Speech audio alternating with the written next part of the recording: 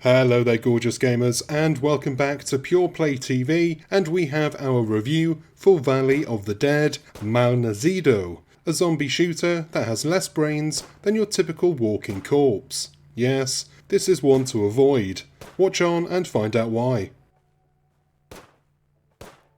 Zombie games are old news by now. We've all got the been there done that t-shirt, and it takes something a little bit special to make the shooting zombies worth our time. Valley of the Dead Malnazidos is not that game. Coming from the PlayStation Talents program in Spain, it's understandable that this is a very, very low budget release, but I would still expect some kind of standards. After just an hour of play, I put down my controller and vowed to never look at the game again. It's that bad. Set in Spain during the Spanish Civil War, a zombie outbreak occurs for, well, reasons, apparently. There's no reason really given. There's a quick comic book style cutscene where Nazis shoot a bunch of people dead, and then they rise. And that's it, they're zombies. Don't expect much story from Valley of the Dead, at least none that makes a lick of sense.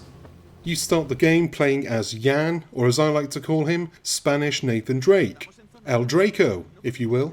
He and his useless buddy, Cruz, happen upon half a zombie, kill it, and then move forward. Again, no real reason why, it just happens.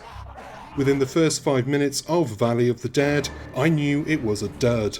The camera is wonky, and it has a tendency to shoot into the back of Jan when he's being moved forward. It also has a tendency to direct itself up at the sky or down to the ground after aiming one of the game's very slow firing and not fun to use weapons.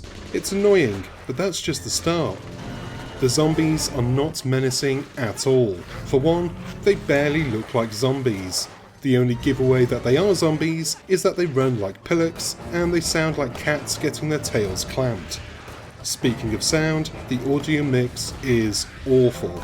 All of the game's dialogue is in Spanish, and the game is set in Spain, so after all it makes sense, and that's not a problem because there are English subtitles. The problem is that half of the time you can barely hear the words being spoken because the music will suddenly increase in volume.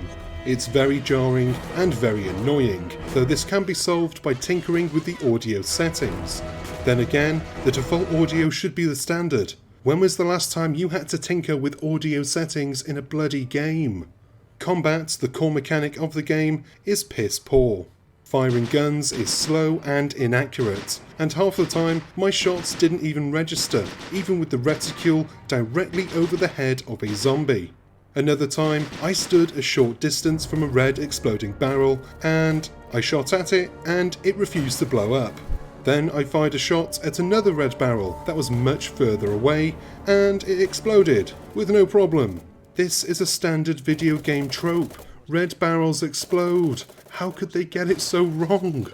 Melee combat is not any better. For no reason other than to force the game's poor stealth upon you, the game takes your main weapon away, the pistol, at the start of the second chapter.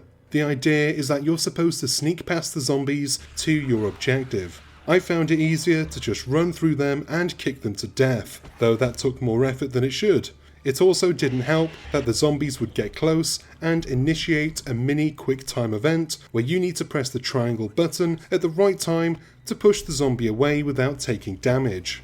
This got old very, very quickly, and one section of the game where I was holding out with a few comrades saw me constantly getting grabbed into these boring quick time moments. Eventually, I failed a mission, not because I died, but because some useless NPC got chowed down by a zombie. Fine by me. I was happy for a reason to put the game down anyway.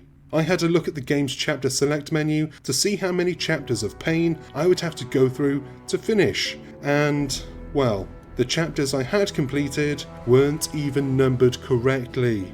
1, 6, 2, 7. Bloody hell.